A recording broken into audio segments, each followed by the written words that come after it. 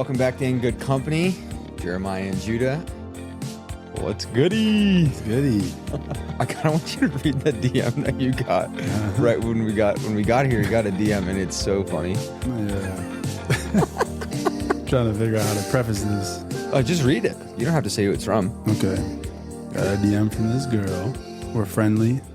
And she was asking me where I work. And she's like, how's your work? She goes, where do you work? She goes, the Handsome Store. I'm like, that's really clever. Like, that's good. Is. Like, I said, that's too good. Like, it kind of reminds me what movie it was. It was like, where'd you get those? The pants store? What movie is that? Is that Anchorman? Yeah, I think it's Anchorman. Yeah, that's good. I love But hey, she shot her shot. She shot the shot. That's funny. I respect it. That's so hilarious. You probably get that a lot, the DM.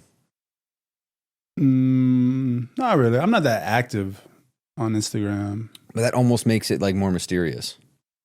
I feel like. Yeah, probably. Right? I guess like it could for sure. I don't know. I feel like I enjoy just living my life.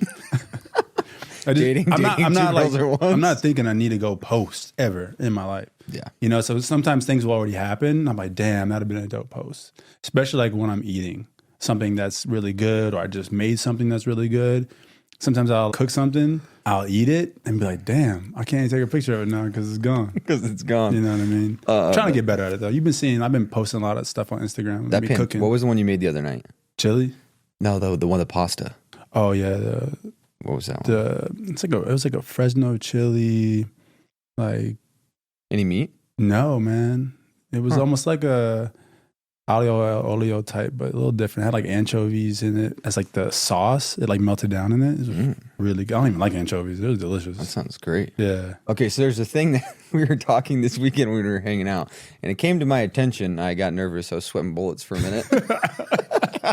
I was freaking out. There's a Facebook group that it's right here. It's called "Are We Dating the Same Guy?" and it's private. I've seen the inner workings of it because a friend of mine... Guess how many members? It's like 40, 50K, right? 50,000 members. Oh, boy. And tell them what it is. It's basically, from what I saw, it was a bunch of girls like, well, someone will post a photo of a guy. And then all these girls will be like, oh my God, I matched with him on Hinge or Tinder or Raya. I've been on a date with him. Now they're all sharing stories about him. And some will be like, red flag, red flag, red flag. One of the girls on one of this posts of this guy was like, saying like he's a quick pass. What does that even mean, a quick pass? Just like on to the next. Like, really? Don't even waste your time, girls. And then some are sharing stories like, oh, he's got a little dick, like blah, blah, blah. I was just like, oh, boy. Whoa, they're throwing that into there? Oh, yeah. They're throwing sizes in there? It gets saucy. Bro, it is getting saucy in there. I feel like we would get in trouble if we did that. Like if we rated a girl, like, oh, she's a starfish, doesn't really move a whole lot. You know what I mean? Yeah, it would be a little bit different if guys did it. Yeah, it'd be who are we paying for the same girl? Would be the name of the guy. I took her to dinner on Tuesday. I took her to dinner on Wednesday. Are we paying for the same girl? Is crazy, bro. I bet you we could get 50,000 members on Are We Paying for the Same Girl? I mean, are we dating the same girl? Well, the girl, not even dating. Maybe our producer can attest. Girls will go on dates strictly for a free meal. No? I feel like that's a thing. It happens. Oh, I went to Funky on Tuesday. I went to Cabo on. It's like free. What's the craziest week you've had? If you have it like 5-6 nights in a row of dinners, that shit adds up, man. So fast, dude. You go like 2-3 days a week. Have I told the story about the Capo story? About you dragging me to dinner? This is funny. A girl that Jeremiah dated at one point, I thought her friend was pretty cute. Yeah. So we were like, we'll do like a little double date. And I was like, great, we should go to Capo, phenomenal restaurant in Santa Monica. And the girls are like, yeah, we're down. I'm like, yes. And we're on the way to dinner. It's all four of us in the car. And I'm like making small talk. I'm like, so like, how long have you lived in LA? And Capo's expensive. We spent $1,200. You know when you're on like Postmates and they have like $1 sign too? It's like all the way max $4 signs. Like, that's how expensive. Capo's so expensive. But I'm excited. It's about to be a great dinner. Yeah, it's gonna be And great. We're on the way there. And I'm like, so like, how long have you lived in LA? And she goes, oh, I don't live here. I'm leaving tomorrow. And I remember being in that front seat with you. And I was like, you leave tomorrow? In my head, I was like, I looked at you and I was like, why are we not going to fucking McDonald's? We're going to an expensive dinner. I'm never going to see her again. And guess what? I have never seen her again. And sure enough, great dinner. We had fun. $1,200 later, never saw her again. Yeah, we could have went somewhere else. That We was could on have me. gone That was anywhere. on me. We could have gone to R&D Kitchen, had a great time. We could have gone Yeah, we could have dropped half of that. Half. Even half. it was a good $1,100-$1,200 dinner. But it was good. It was good. It was a good dinner, but I'll tell you what, instant sour. When That she wasn't was like, that wasn't I'm the not- dinner you did push-ups on the floor, did you? No, that was at Capo though. But that That was at Capo. You started doing push-ups. Why'd you do push-ups? So this is a great game. It's actually you bet anytime push-ups. So I lost a bet to our buddy, and basically they can give you push-ups anytime. Yeah. So I lost 50, and we're at the middle. We're in the middle of dinner, you just dinner. start breaking out doing push-ups. And he goes, "Hey man, I'm gonna need 10 of those right now." And so once the 50's gone, he can't tell me to do them anymore. But he was like, "I'm gonna need 10. I'm gonna need 10 of those." There's people at our table So that got so upset. He's doing push-ups in the middle of it. Yeah, I literally got up and did them. Hey, I'm a man of my word. If someone tells me to do them right there at a wedding, whatever, I'll drop down. I'm giving you the 10. But yeah, we dropped them off and that was it. It was over. It was like, thanks for the dinner. I'll never see you again. And you've never seen her again. Never seen her again. Yeah. That was a 1-star. Yeah. It was a 1-star review. It happens. It happens. But yeah, those dates add up, man. Yo, they're crazy. Yeah. Okay, so this week's 5 stars. What are you doing? Where are you going? Yeah. We got a product. We got a place. What do we got? My 5-star this week is probably my favorite boutique clothing store in LA to shop at. It's called Departamento. They have the most Fuego. It's just everything in there hits. It's like no other store I've been to. It's really like no other store. It's very eclectic. They have brands you've never heard of, from Japanese designers to like up and coming like African American, Black designers. And then they have your staples, at least in your higher end kind of couture brands. But it's really cool because the only way to get there is through Maru, which is a coffee shop. And it's like a little opening. They don't advertise for it. They don't advertise for it. There's no sign. You feel like you're going into a bathroom and then it's like, oh, these cool mirrors. Yeah, there's no sign on the inside. There's a little sign on the outside that says Departamento, but when you walk in, it's just a coffee shop. Yeah, you're you kind of like you have to be in the know. Yeah, you're a little confused. So every time we've been in there, no one's in there because like I don't know how to say open, but well, the clothes are expensive. Yeah, the clothes are price point. expensive, But they are like incredible. Cashmere, like scooped, like so rad. Such a cool store. 5 That's my 5-star of the week. I think more people need to know about it. More people need to go in there and shop. I'm seeing just too much garbage on the street. People walking by me. It really is. It's like it's really nice stuff, but it's stuff just outside. It's its own style in itself. Yeah. Most of the stuff in there you're not going to see anywhere else. So that's my 5-star. What's your 5-star of the week? 5-star of the week review. Mine for sure is my Harley Davidson. I went for a ride on Saturday for the first time in a while and was just ripping it. And I forgot how much I love riding my Harley. Yeah. And it's so different than riding any other motorcycle. Like a lot of my friends ride the BMW GSs, like adventure bikes. And those are cool. But when you hop on a Harley and there's that rumble and there's that blah, blah, blah. And especially if you have like a powerful one, I have like a Street Bob. It's like 1800 cc's. And you're just ripping it down the highway, open road. Could be the best feeling on the planet. I wish I could talk you off of that fucking thing. Not a chance. Never. My 5-star review for life, Harley Davidson. They're incredible. It's beautiful. You have a beautiful bike though. You have a sick bike. They're so fun. Dude. I give your bike a 5-star. You driving it drives me crazy. I love it. It's my 5-star. It's so fun. You know what it is? Someone said it one time and I totally agree with it. 4 wheels move the body, 2 wheels move the soul. And you could be so stressed, you could be overthinking all these things, and then you hop on your motorcycle and you go for a ride, and you got your knees in the breeze, and you're just you can't have anxiety. Did you see that on a bumper sticker? That's a bumper sticker, like the knees in the breeze, yes. 4 wheels on the, but how, 2 on the. Okay, but why would someone have a bumper sticker on their car about? Harley. But they're fun, and you can vicariously live through me. What's the movie of the week? My movie of the week is a Tarantino film, probably his most slept on film, arguably like his most slept on film. I think I know what you're talking about, and I would say yes. Hateful Eight. So good. So good. The dialogue is so sharp. There's a lot of unforeseen plot twists and it's a perfect script. Yeah, that go on. The different chapters. It's such a clever movie, and it basically all takes place in a cabin. One location. It's so good. Sheriff of Red Rock. It's so good. Definitely see that. It's one of my favorite. It's funny. Good. People say it's like not one of his best movies. It's like top 3 for me, or top 4. Definitely in my top 5, Tarantino. It's so good. Yeah. Oh yeah, I love that movie. What is your song of the week? I've been jamming when I was on my motorcycle ride the other day. I was listening to Paint It Black by the Rolling Stones. I think it's because Harley's black. I have a black vest, black jacket, and this is just one of those songs you can put on and it's just great. It's old school. Yeah. Rolling Stones. What year was this? Let's see. View The album. energy of that just feels old. Just great. This is 66. Whoa. Yeah. Aftermath album. So good. Yep. Song of the week. Paint It Black, Rolling Stones. So good. I love it. I Add it absolutely to the love it. playlist. Okay, so back to Tarantino and film stuff. Yeah. I think it's interesting right now, like the temperature of Hollywood and things you can get away with.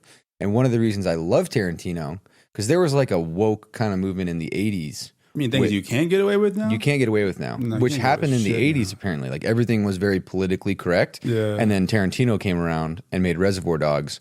And people like lined up down the street to boycott his stuff because he used profanity and killed people. Like he broke kind of the mold of what was allowed in Hollywood. No way. Which I thought, yeah, there's Yeah, a I didn't even know that. Oh, there's a documentary about it. When he came out, people hated him. Think about Kill Bill and like the violence in his movies. Depending on the climate and temperature of what's going on politically or socially, especially violence for sure. Like, you know, sex and violence are the two things that get attacked the most in films. But now it's like comedy's getting attacked so crazy. Like, Everything's being attacked, I feel like. yeah, I mean, there's movies that were made. I think the golden era for comedy was, at least for me, was what 2000 to 2010 is kind of when it came to an end. It kind of did stop. Like there hasn't been a lot of really great comedies since This Is the End. I think This Is the End was the last really funny movie in the movie theater where I was like crying, laughing. Yep. You know, it was raunchy. The jokes were, you know, so good, so sharp. So why aren't there those anymore though? Like, dude, there's so many in that era. You had Old School, you had Step Brothers, you had Talladega Nights, like Superbad, Step Brothers, like a laundry list of Wedding great ones. Crashers. Wedding Crashers. I mean, that's my favorite rom-com. That's like, it's a rom-com, right? Wedding Crashers? Yeah, absolutely a rom-com. Probably my favorite one. Yeah. It's probably the funniest of the rom-coms, but it's a rom-com. But like all of them, absolutely incredible. Even The Intern, which is like not one of their best, still funny. I was more in love with Rachel McAdams in Wedding Crashers than I was with her in The Notebook. The Notebook. And I love The Notebook. Like that's one of my favorite rom-com, or it's more of a drama, I guess. Yeah, it's just a romantic movie. Yeah. One of my favorite romantic movies ever, and I loved her role and all that, but there's something about her in Wedding Crashers. They paint her in a way it's like she's so great. She's so captivating. She's like, yeah. When you tells her to go from the heart. The heartstrings. We all know their favorite colors are green, like Greg's eyes, and money. And it's just the crickets. She's like failing miserably. It's so bad. Oh, man. Yeah, I read it while I was sailing my boat to Bermuda. Sailor. Good man. What does he say? What does Todd say to the ocean when he's like... Yeah, he goes, Death, you are my bitch lover. and then his dad goes, Todd, you thought I mean ocean. That is one of my favorite scenes. Oh, man. The gift was the painting was a gift. I'm taking it with me. Oh, man. But they're not like that anymore. There's not those, and maybe that is the temperature of Hollywood. You can't get away with saying some of the same stuff. Right? I don't know. I mean, you couldn't make Tropic Thunder today, could you? I saw an interview with Robert Downey, and he was like, "No chance could I do blackface." They did it in such a clever way that Robert Downey they were making fun of people who play blackface by doing blackface. It was such a clever way of like working around any real pushback against it, and then also he killed it. Like he was so. Huh? What do you mean, you people? That's my favorite. Yeah, when they're walking through the forest, and I don't know how he goes, "Oh, I'm gonna cut up some greens, y'all." And was it Al Pacino? What was his name? Who? You got Jack Black. You got the kid. No, the black actor who was playing.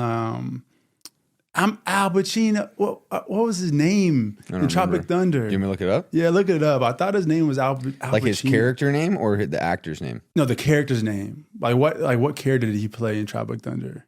I thought it was Al Pacino. Alpa Chino. It was Al Pacino. Alpa though. Like yeah. Al Pacino. Alpa. ALPA Chino. It's hilarious. The fact they gave him his name Al Pacino, that movie is crazy. He's like, I love the booty. Oh man, that movie's too That's good. such a classic. But yeah, I feel like movies now, everything is so censored, and if you say anything wrong, like, when Robert Downey's like, you can never go full retard, bro. You can't even say that word anymore. You'll probably get in trouble for saying that. Man, whatever, man. It's true, I'm just though. It's quoting the movie, bro.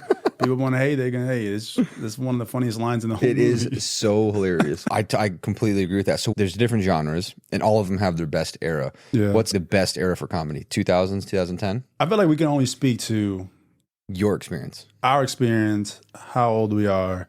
Like, I'm sure comedy in the 70s and 80s would be a whole different conversation. Yeah, But Kings of Comedy. I can't speak to that. Animal House, like Dazed and Confused, like a lot. I missed a lot of that. Even though I've seen Tommy Boy. even Tommy Right. Boy. Like, I love Tommy Boy and Black Sheep, but I wasn't really old enough to understand. I have a real pulse on what comedy was like throughout That the era. different stages of the 80s, different stages of the 90s. I kind of missed most of that, even though I've seen all those movies. What's like your favorite one if you could pick? If I could pick one of them, oh man, Like mine would probably be Superbad. Every time I watch Superbad, I absolutely or Wedding Crashers. yeah, One of those two. I think from my barometer is how many times I've seen it, The watchability. the watchability of it. So I've seen Wedding Crashers more than I can count, and it's definitely got to be my number one. And I think close to it would definitely be like Forgetting Sarah Marshall. I've seen a lot. We ran into him today. We did run into We Jason ran into Segel today. Jason Segel today. We did. Judith, I'm surprised you didn't say anything to him because it is your personality just to The go up only to him. thing I would have said was, I want to have you on my podcast. That's the only thing I would have said. I'm a big fan guy. I've never said that to anyone because they're just people. They're just like humans. I'm kind of like, I'll quote a movie line and see if you respond positively to it. I take it back. There is one actor that I've ever gone up to and said, I loved you in this. And it was the French guy from Intouchables. That French movie where the African-American guy takes care of the paralyzed white guy. And I saw him at Nobu years ago. And the movie like is not a huge movie.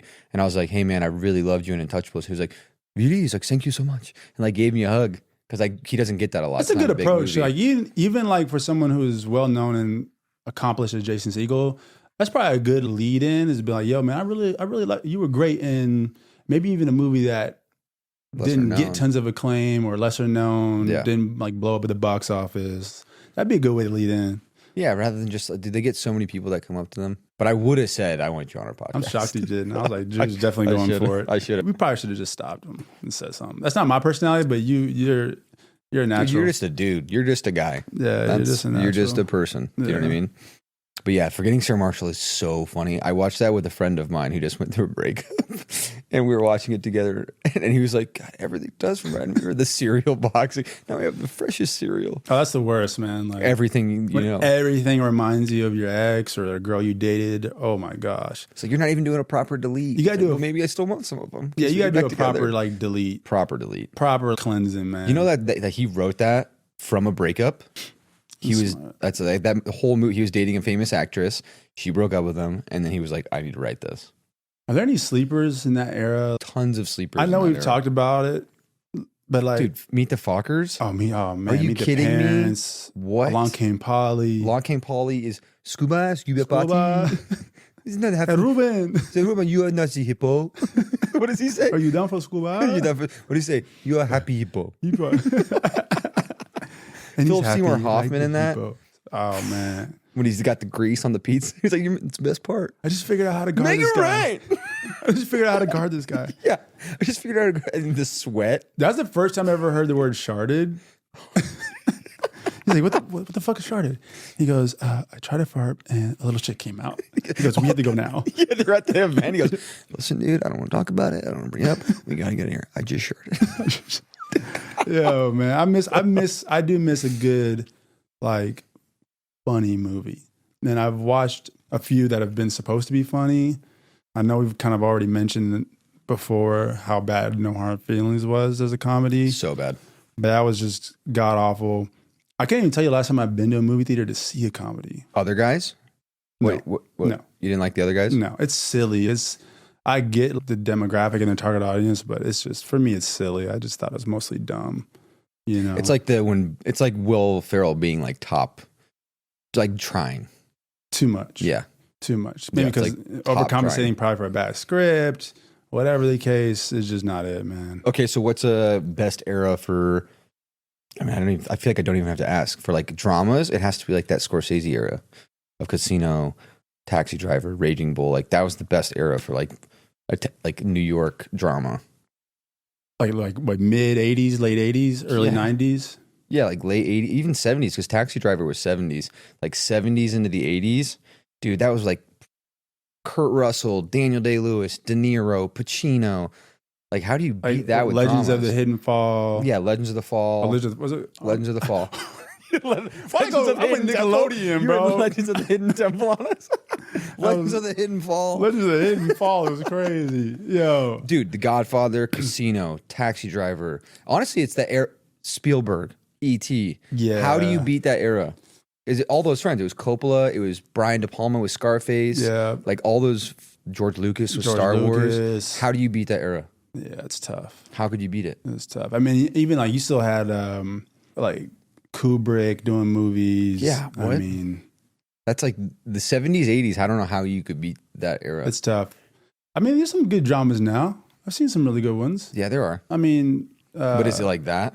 What's crazy is the good dramas now are still with those actors that were just budding and just like exploding on the scene, creating some of the best movies You seen ever. Phantom Menace? A long time ago Oh no, I'm sorry, Phantom Thread. with Daniel Day. Yeah, that's Phenomenal. A good But drama. also that's Daniel Day. Early Daniel Day, also incredible. Yeah, My Left Foot. I guess There Will Be Blood is recent, right? It's like 2007 with yeah, there would be Paul Thomas Anderson. Yeah, there's some. There's some good ones. I don't know. Is there a golden era for dramas? I definitely feel like for comedy, there's like maybe just a because it's so contingent on the talent. It is. Comedies are so contingent on the talent. Like a drama, it just has to be written well. I feel like anybody could pretty much act it out and it'll mostly do well. Am I wrong in thinking that way? That's not 100% You know what I true. mean? Like nobody really knew who Rachel McAdams was. Nobody really knew who Ryan Gosling was for real. But it always doesn't translate. Like, for instance, Until they did love, Notebook. Love Kevin Hart doesn't translate to movies. I can't think of a Kevin Hart movie that I love. Doesn't translate. Yeah, there are supporting roles. Like, the only thing I can think of him that I really liked was Soul Plane. No, I mean, still playing shit, but it is. I mean, it's shit. Yeah. I got a perfect one. Steve Carell in Crazy Stupid Love Nope, with the small role, 40-Year-Old Virgin. 40-Year-Old Virgin. He's got a small supporting role, and he's good in it. Yeah, that's true. And it's a really small role. It's a great, yeah. Yeah. Well, he is the Virgin in 40-Year-Old Virgin. Who's Steve Carell? Yeah. Yeah.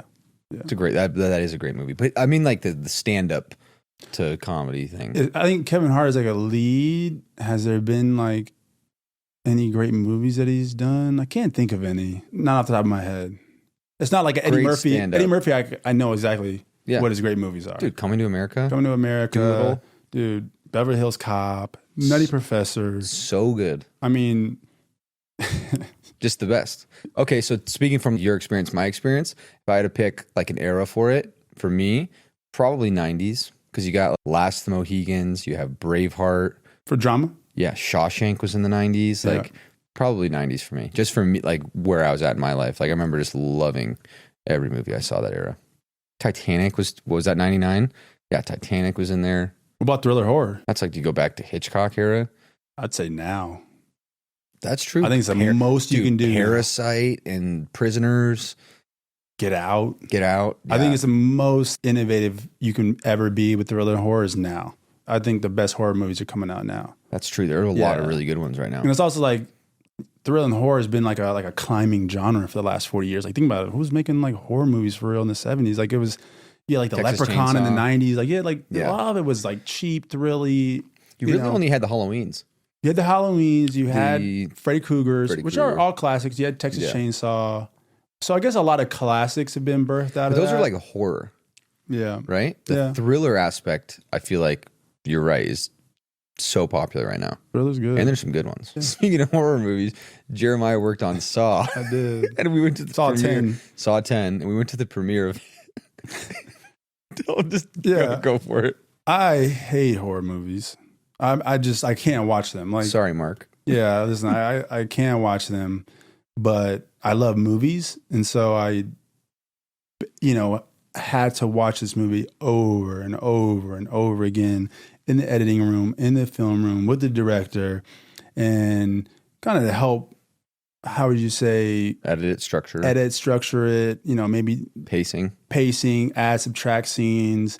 And so I've watched it over and over again. And I think I had a heightened awareness because I could not watch I still to this day have not seen any of the horror scenes in Saw. I would just, because I can't. And you've seen it 20 times. I've seen it 20 times and I can't add any value. So for me, every other part of the movie, my focus was heightened. Because like I had to really lock in and figure out, oh, is this good? Does this work? Does it not work?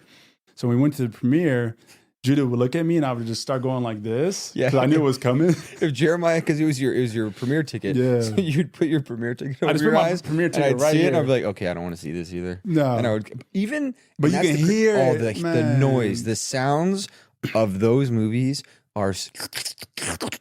Hey, listen, the movie's been out for like 2 months now, so it's not any spoilers, but there's a scene when she cuts off her leg. Oh. I've still never seen it. I just know that she cuts off her leg. Oh. And then she uses like this suction thing to suck the bone marrow. And you can just hear it. Oh my gosh. But no, those movies are so gnarly. They're intense. I had a hard time watching that. Or hearing it. That was gnarly. Yeah, but it was an awesome experience. It's still an art form. Yeah, no, like that. Even though Saw is one of the most classic horror franchises ever. It's such a blessing to be in that position to help contribute to that film in any way. One of your first credits was like first credit, big ass movie. Saw 10, pretty sick, crazy. Definitely a blessing, no question. What was the first movie, if you can remember, that you went on a date to? Like a proper date, or just like the first movie you ever went to? Do you remember your first like theater experience? Because that's one thing I'm glad is making a comeback is like going to theaters. Home Alone. It was your first movie in theaters? Home Alone was my first movie in theaters. Yeah, this is a crazy story. I got a good story for this. Home Alone was my first movie I ever seen in theaters. My mom and dad were like, Jeremiah, whatever you see in this movie, you cannot come home and do anything. I remember literally crossing my fingers behind my back. Like I was being silly. Like, okay, Mom. Dude, I came back and I fucked the house up. I broke glass and I put it I like everything they did in the movie. You know, they were the wet bandits. So I went upstairs and started clogging all the sinks. I flooded the house. You actually did. I flooded the house, man. The wet bandits. I was the wet bandit. I was this fucking 6-year-old menace, 7-year-old menace running them around the crib, stuffing the sinks with paper towels and leaving all the faucets on. I started flooding the house. I broke glass. I like sprinkled it all over the floor for like an imaginary burglar in case he came in. Oh, bro, I got spanked so crazy, dude. I got so much trouble. You can hear your dad coming up the stairs. Jeremiah! Just on the glass. Oh, man. Well, you actually did that. I did that, dude. And it's so funny that your parents had the wherewithal before to be like, you can't do anything that you see in this movie. I didn't go to another movie in the movie theater for years. My second movie ever was an R-rated movie, was Mortal Kombat. That was probably fun, though. I was so excited. It was my favorite video game. Mortal Kombat came out. I saw it like 4 times in the movie theaters. I think my first experience going to theaters, I remember because I grew up in like a pretty religious household. My sister, Alaska, snuck us out to go see the first Harry Potter. Ooh. And I remember sitting in the theater with her, and it was so sick because she was older, and you know how like when you look up to him so much, she's like, whoa, she wants to hang out with me. And she took us to Harry Potter, Sorcerer's Stone. Changed my life. It was so rad. We talked about this off camera. I mean, in schools, Harry Potter was like a big subject of like... Oh, yeah. It was witchcraft, technically. Pushback, right? They witchcraft. Got so much... Couldn't read it in school. Even our producer said she wasn't allowed to Dude, read it. My mom burned because my sisters were 17, 18 years old. They would just go buy their own. And my mom burnt all of them. They burnt the Harry Potter books because witchcraft. What is witchcraft though? Does that mean like it's like devilish or something? Is that what it means? It's a children's book. Like I love Harry Potter. They're incredible. It changed my life. Going to the theater and like the Warner Brothers thing coming out. Dun, dun, I literally was like, have you been to the theme parks in Orlando? Never been. The Harry Potter. People think Harry Potter goes hard out here. Bro, they have a train from Islands of Adventure, which is Universal Islands of Adventure. They have a full-on Hogwarts train that goes from there. It's a real train. You get on, and it takes you to a whole nother park. Hogmeade and all of those. It's like a 10-minute train ride. And while you're in your little cabin booth, they like play this Harry Potter like scene as if it's really cool. I want that. Orlando goes crazy with from the trolley parks. days, just the Drew booths. Have you had Butterbeer yet? I've had it here in California. You've had an come out? Yeah. But yeah, like the sickest experience of seeing Harry Potter. My funniest experience seeing a movie is my mom will probably laugh at this. She went and saw Titanic like 8 times. And my mom is similar to me. She brings a bottle of wine, she brings a blanket, and she gets cozy. This is like before recliners. She sneaks in the theater? Sneak? My mom, no. She's like Mary Poppins in the purse? My mom would just fucking carry this thing. And so she'd bring a bottle of wine, because my sisters would go with her too. Gangster. My mom can do whatever she wants. Like Mom's like Capone. No one's telling my mom shit. Really. So my mom would go in with a bottle of wine and a blanket, and like for coziness, which I can appreciate. More movie theaters should have blankets. Maybe that'd be kind of gross. iPick does, and things are dusty. I got invited just recently to go to iPick for like a date, and I was like, "Are you sure?" It's like a little like dated in there. Like them blankets, I don't want a skin rash or anything. Like, I don't know what's going on. Yeah, how often do they wash those? But they should allow you to bring your own. And my mom did, and we're watching Titanic, and I'll never forget watching it. It's great, and my mom just throws the blanket over my head. I'm like, what are you doing? She goes, you can't take it out of your head. So I'm peeking through the things. So I have like this little shot. I'm like, wait. Was that your first boob? I'm like, that's a boob. That's a boob. I remember the boob scene. It was such a big deal. I was back like, then. whoa. And I think the glimpse I caught was like her on paper. It was like the drawing of her boob. And I still was like, oh my God. Okay. Remember how big of a deal that was? Like that like miniature little micro nude scene they had in Titanic was like all the rage. Yeah. And now it's like full on. Yeah. Jennifer Lawrence running through that was like on the Pacific Ocean beach, like butt ass naked. Do you think that was actually her, or do you think that was Jennifer Lawrence in No Hard Feelings? Do you think that was actually her? I don't know. I maybe my naked eye just can't tell between CGI. Would it be like a stand-in with her face or something? Well, like AI her face on it or something? Yeah. Or what? Like just CGI her face on it? Yeah. It's possible. Part of me thinks that was her. A lot of actors don't really care. Like Scarlett Johansson doesn't care. No, some don't care. Imagine that scene back in like 96. It would have been like striptease. It would have been like rated NC-17. Very bad. It would have been terrible. Yeah. Wait, you got to talk about how you snuck in a $200 order of Javier's in the movie theater. Oh my God. What you said to get in. Oh my God. Yeah. What? I don't even remember. You said you had diabetes. So we went to dinner. I went to Javier's, and it was taking a while. It was busy. It was Friday night, but we were seeing a movie after. And we ordered, I don't know, a couple $100 worth of. We did. We had enchiladas. We had tacos. We had the side of the Fontina cheese thing. Queso fundido. Queso fundido. We had everything. Dude, the bag was huge. it was the big ass square one. Yeah, it was like the supersized me. Supersized bag of like takeout bags. It really was. It was crazy. So we're late for the movie, and I'm like, what? Just put it to go. We're gonna take it. She's like, I'll figure this out. I'm like, get it to go. Bro. Jeremiah, you're not like a sneak it in guy. I'm not a sneak it in guy. I'll sneak in like a, candy safe. Yeah. In like a pocket. But I remember because I was like, I'm bringing it in. You're like, you're on your own. You're like, you're crazy, man. And you're like, you're on your own. And I remember you went into the theater before me. Like, you did not want to get caught. And I get to the front of the line. The guy's like, you can't bring in any food. And I'm like, dude, I'm diabetic. You do not want anything happening there. Yeah, you're like, I got low blood sugar. You do not want anything. And he's like, wow, all right, man, can you just like put your jacket over it, bro? So Judah like throws his jacket over this bag that was like, it's huge. It was like 5 feet by 5 feet. The bag was so damn big. But all I remember is getting to the seats. Hallelujah, we had the recliners. I remember reclining the seat next to me, and I just start like, no, the poor people behind us just hear a crunch. But the smell. It smelled like a Mexican restaurant in the theater. It was like, that shit was crazy. We had everything. We had queso, we had steak, we had all of this stuff. I cannot imagine what it smelled like. Bro, I'm like looking at you like, yo, pass the guac, bro. Like, and the chip crunch. The chip crunch, the salt. We were having a time. I went to a movie recently. What was I seeing? Oppenheimer. I snuck a Chipotle burrito into Oppenheimer. The movie is so quiet at times, and I'm trying to peel the tinfoil. Oppenheimer's quiet? Yeah. Like, at least when I was trying to eat I guess there's scenes, yeah. I was like, wait, I'm seeing a 1 o'clock movie. I'm going to get hungry at 3 o'clock. Yeah. So I sneak a Chipotle burrito into the movie. And right when I'm trying to order, silence. For like, it was 20 minutes of quiet. And I was trying to peel the tinfoil, and people were looking at me, and I was like, I can't. I love it. And then I was like, is it going to smell bad? So I literally walked to the exit and ate my burrito standing there watching the movie, and then went back to my seat. Have you seen did you like it? I thought it was great. Yeah, it's really good. I don't know how he made a movie about that subject so enticing and paced well and engaging and gross a Billy. It was so good. I hope they give him the keys to James Bond. I heard they're in conversations for 2 films for him. Who's the Bond though? I don't even care, man. Just make it a dope actor. I don't care. Like, it's all this, like, Timothy Chalamet. James Bond can't be a black dude. James Bond can be whatever fucking color he wants to be. He just can't be a girl. Can't be a girl. You could do a 008. 006, female one. That'd be sick. Yeah, can't be a girl, but 006 would be sick. James Bond, like, has to, like... His name is James Bond, not Jane. Jane Bond, 006. 006 and make a whole separate movie, but, like, don't... Yeah. It's like a... You know what I mean? He's a dude. He's a dude, man. It's James.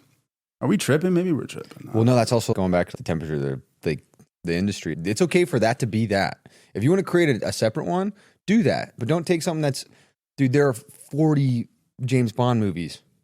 You're not going to take something... It's one of the biggest franchises ever. You're not going to go and make that a girl. And maybe that's what, like, bugged me about Ocean's 8. They only did it because the other 3 movies, it was mostly a male cast. And so, like, they felt like they needed, I don't know, reparations. And I'm just like, why don't you just make a dope espionage movie, or you can make your own heist movie? I just, like... Without using the oceans part. Yeah, even, I don't know. It just felt like it was born out of political correctness. You know what I mean? Well, they did that same thing with Ghostbusters. They did the all-female Ghostbusters. Just make a different movie. Right, Hangover, right? They didn't call it Hangover, whatever. Bridesmaids came out. And it's amazing. It's great. It's one of the, it's actually, I would argue, it's probably my top 15, top 20 comedies. It's so good. Please help me, I'm poor. But it was its own thing, and it was beautiful, and it was great. I guess that's what I'm looking for. You know what I mean? Yeah, do something original. Something original. Yeah. A movie where I really like is Kill Bill. True, yes, she's that's true. Sick in that. That's true. And what's the actress? Lucy What Liu. a cool name. Yeah, Lucy Liu is so great. Cool. Both of them, their fight scenes were epic. That's true. Those were sick. Why does Kill Bill work for us? Kill Bill was rad. The fight scene where they're spinning in the air and they're fighting in like the entryway of whatever that building is, and then it goes outside and she cuts her head off in the snow. Such a sick scene. That's actually like a good question I want to answer myself. Like, why does Kill Bill work? Filmmaking. Might be filmmaking. Filmmaking. Maybe it's just less about Tarantino, bro. Maybe you know what it is? It's actually less about who's playing it, maybe, and more about who's filming it, right? Like, think about Daisy Domerdu. Great character. Yeah, great badass. And she's a badass character. She's a badass character in Hateful Eight. She's awesome. I think that's what it takes. It's new filmmakers that can have a fresh perspective on it, that are good filmmakers. Yeah. Like, I was watching with this writer, who's a big writer, the preview for Wonder Woman. He goes, oh, fuck. He's read the script, and it's like, you're making a $200 million movie with a bad script. If it's not on the page, it's not on the screen. It's not going to be a good movie. Well, I know people who are hating on... Oh, this just happened with the Furiosa trailer. The Mad Max Furiosa trailer just dropped, and the lead is Anna Taylor-Joy. And it looks so good. But people are hating on it because they're like, oh my God, like they just had to make Mad Max Furiosa because they had Mad Max with Tom Hardy. And I'm like, actually, no, that is part of the storyline. Yeah, George Miller had that in the pipeline the whole time. It's been in the pipeline. And so I think that response is that same response to like maybe how I was framing Ocean's 8. Like, oh, you did all these 3 Oceans and now you're doing Ocean's 8. Like, oh, you've done Ghostbusters and now you're doing Ghostbusters 2.0 with a whole, women cast. Like, I'm all for an all women cast. Do as many as you want. Just like, I guess I just want original ideas. Good. Make it good, but make it original ideas. Yeah. If it's not part of that storyline, make it an original idea. What's like a go-to movie for you on a date night? Like, you're having a girl over, you're cooking dinner. What are you putting on? Notting Hill. I literally called that. That's great. I mean, I've had so many dates over. Like, where I put that shit on repeat, bro. It's a great one. I learned the hard way. I watched. What do you watch? What do you put on? I got 2. I got Notebook or Wedding Crashers. Funny one. Wedding Crashers. Heartfelt. But then the Notebook's like super romantic, and I'm always like, I'm Noah. Wedding Crashers is a good one. You can't go wrong with Wedding Crashers. But I learned that the hard way, though. I had a girl over, and I was like, what do you want to watch? Blah, blah, blah. She's like, whatever you want. I was like, cool. But then There Will Be Blood. Wasn't good for a date. You can't do whatever. I've abandoned my child. I'm just sitting there on the couch, and she's just like, you can't watch There Will Be Blood with a girl. I learned that the hard way. Like, not until like you're in a relationship. Then you can put it on and like, because then we're gonna watch stuff I like, stuff that she likes. Yeah, but like the first day, you gotta do a 50-50. Yeah, I learned it the hard way. Or like the first couple of dates, whatever y'all in that trying to get to know each other, playing hopscotch, you gotta do a 50-50 movie. You cannot do There Will Be Blood. The problem with dating young is if you put on Wedding Crashers, and they might not have seen it. And I remember this has happened to me, and the girl didn't like it. They didn't like Wedding Crashers? Yes, bro. Don't let the door hit you where the good Lord splits you. Get out. What? It almost ruined it for me. If a girl didn't like Wedding Didn't Crashers, like it. I ended up dating this girl still. red flag, ignoring it was red flags. the earliest red flag of all time. It was like 2 weeks into us talking. Didn't even like it. It bothered me for months. I couldn't let it go. I wouldn't let it go. Yeah, I couldn't let it go. I don't know if I talked to him again. Yeah, I remember anytime that movie would come up in conversation or a friend would say how great it was like I would immediately like get triggered. I'd be like, she doesn't. Throw under the bus right there. I was just shaming her for not liking it. I would too, though. Oh man, It's like not liking the Holy Grail. it's really like a comedy. It's a Holy Grail comedy. It is. It's gold. It's gold. It's so good. We're gonna do a fire round of movie stuff. Okay. Most nostalgic movie for you. You know, like get a movie when you watch it and like you just like contemplate life, and you know, kind of make you like put you in like a Scary Sundays type of mood, or you're just kind of like sad. Is Never Ending Story. It's a good one. You ever seen Never Ending Story? Mm-hmm. Well, you got to be on acid to come up with some shit like that's the most trippiest. The fucking flying dog. Yeah, that's wild. The big fur when the polar bear horse thing. Bro, to this day, when the horse dies in the quicksand and Atreyu's like trying to pull the horse out of it, dude, I still can't watch it. Like it still fucks with me. I used to have two things growing up. I would leave the movie theater or stop watching. It was when animals died, and I had the craziest fear. Like when black people died, I couldn't like I don't know. It was like I remember seeing Scream 2. Have you seen Scream 2? Yeah, the comedies. No. What am I? The horror movie of? Scream. What am I thinking of? Oh, you're thinking of Pie hand guy. Yeah, you're thinking of Take My Strong Hand. Yeah. What is Scary that? Movie? Scary. You think of Scary Movie? No, the OG Scream horror movies. Yep, with the knife. Yes. And in Scream 2, the opening scene is in a movie theater, and it's a black couple. I want to say it's Omar Epps. Don't quote me on that. And it's him and his girl, and he goes to the bathroom, and there's like a hole, and it's like someone's like whispering it, and like he's like, "Yo, come here," and he's like, "Come close," and like dude stabs him through the hole in his ear. And I remember that was the opening scene in Scream 2. Bro, I lost. Bro, I ran out of the movie theater, but I couldn't do it, man. I couldn't. Okay, do it. so what's your nostalgic movie? Probably Harry Potter. That's like for me when I think back to my childhood. That was like one of the best parts of my childhood. I remember being in the theater. I remember, but even more than that, like Harry Potter, like when they go to Hogwarts and he experiences all of the magic for the first time. It was one of the most magical times of my life. When Harry Potter ended, I was so sad. It's so sad because we grew up with it. Because we were kids when they were kids. It's so nostalgic for me. So I love Harry Potter They're all incredible. day. That's a great choice. Incredible. That's a great nostalgic favorite movie. Christmas movie. Oh, I got in an Instagram DM battle about this with a girl from church. Really? She had Polar Express in her top 5. I'm like, what? Yeah, no. Polar Express don't make top 10. No, not even top 20. Can we talk about Home Alone? Can we talk about Love Actually? Jingle All the Way. Jingle All the Way. Four Christmases. The Santa Claus. Elf. Nightmare Before Christmas. Die Hard. Die Hard. It's a Wonderful Life. So I haven't seen it in a Wonderful Life. It's good. Oh, The Holiday, bro. Okay, is The Holiday a Christmas movie? Absolutely. Because that could be number one. Is Family Stone? I like Family Stone. Family Stone is really good too. If I put on Family Stone with my mom, guaranteed she's crying. It's a great movie. Guaranteed. Yeah, what? Polar Express. Family Man. The Family Man. I watched that recently. I all these love that movies. movie. Yeah, It's a Wonderful Life. All these movies are boxing out Polar fucking Express. Like, get out of here. Sorry if you're watching this. Man. Your movie you go to when you're homesick. Let me think about Forrest Gump. Ooh, that's a good one. When I'm like home and I'm sick and Forrest Gump, I don't know why. I think it's because I'm sick and it's a little bit sad, but it's also happy. It's hopeful. It's inspiring. Hopeful. It's a hopeful movie. It's a great. Forrest Gump. Mine's Hook. Hook's a great one. I go back to like childhood nostalgia.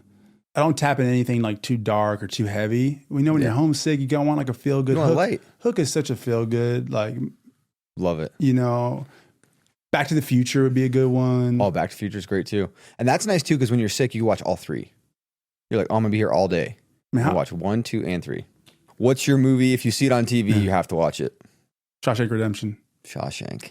If Shawshank Redemption is on USA Channel, which it is, once a week, or Remember the Titans, are there 2 more rewatchable movies than Shawshank or Remember the Titans? Give me a movie right now, off the top of your head, that's more rewatchable than those 2 movies.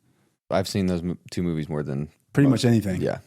There's one that if it's on, I always watch it, and it's happened like 3 times in the last year. The Departed. Doesn't matter where in the movie it is. Really? If The Departed's on TV, I'm finishing it. Really? I love The Departed. That's how I feel about The Town. Yeah. If it's on, I'm finishing it. The Departed is heavy for me. I don't watch it as much as I love it as I so much. probably should, because it's such a great movie. But if it's on, it's my Shawshank. It's like I'm finishing. What is it about our parents when they watch a movie they've seen 1,000 times? They act like they've never seen it before. My mom watches Remember the Titans like once a week, and she cries at the same scene every time. Oh, me too. Gary Bertier in the hospital. Every time Gary Bertier in the hospital, Superman, and they how's he do it? And he's like, you Superman, and every time he goes, I was scared of you because you're different. And I realized I was only hating my brother. And I was just like, you know what story we have to tell about Remember the Titans? Oh my God, yes. This is one of my favorite stories ever, because Remember the Titans is so great. Yeah, they tell it. This is so good. So this was like 7, 8 years ago. It was a Clippers home game, and my dad was coaching them at the time. It was me, my youngest brother Spencer, and my sister Callie, and a few friends. We're all in like a big Suburban, and we were going around back to park at Staples Center. It'll always be called Staples Center. And we're going down to players parking. It's like a ramp that you go down, and they have these huge barricades, and you got to pull up to them. The cars to pull up to them before you go down the ramp to the players parking. And, you know, they do the dog walking, they sniff the car for bombs, the whole 9, right? So as this is happening, the car's parked and we're stopped, and the car's off. And we like look out, and I'm like, yo, that's fucking Petey. That's Donald Faison from Remember the Titans. And then we all love that movie. Running back, y'all. Yeah, running back, y'all. Hey, Sunshine. Football ain't fun no more, is it? Is it? No, football ain't fun no more. Yo. And as we notice him, the barricades go down, car starts back on, and we're starting to go down the ramp. For whatever reason, he's stopped by security. I think they need to let us go down first before they're going to let him through. And Spencer rolls down the window. My youngest brother rolls down the window. He like pushes my head out the way and like squeezes his out the window and goes, hold on to that ball, Petey. Yo. And we're like, and the car's like just going down. And Don Faison like looks at him and just starts dying out laughing. And everybody in the car is like roaring in laughter. My youngest brother, Spencer, I love that boy to death. He is so fucking That's funny. just like your subconscious being funny. I'm like, Spencer, like in my head, I'm like, I was jealous of him. I'm like, what made you think of that? On the fly, like that's... You know what? He was like a 12-year-old, just like bold ass kid who didn't give... I mean, yeah, boy, my little brother Spencer... He was 12? He was like 12, 13 years old. But Spencer grew up in the locker room with like Kevin Garnett, Tracy McGrady. So Spencer had the most confident, like he did not care who you were. Like he was just You couldn't tell him. Like he's hanging out, smoking cigars with Kevin Garnett in 08, you know, in the locker room. Like he just has this confidence and swagger, and he's not fearful of anything. Because that is such a funny comment, dude. Hold on to that ball, Petey. Hold on to that ball, Petey. That's so good. Oh, man. Oh, my, that's great. Oh, gosh. All right, well, thank you guys for tuning in for this episode, talking about movies and film and things we love. I mean, I feel like it's going to be a constant thread throughout our podcast. Like we love movies, we love music. It's driven so much of our passions and things we're doing now. Shaped us, and we have to share it with you. Yep. You know. So thank you guys for watching. Again, click the link down below for the newsletter with the menu where you can get the full playlist of the week, as well as our 5-star reviews. And we'll see you guys next time.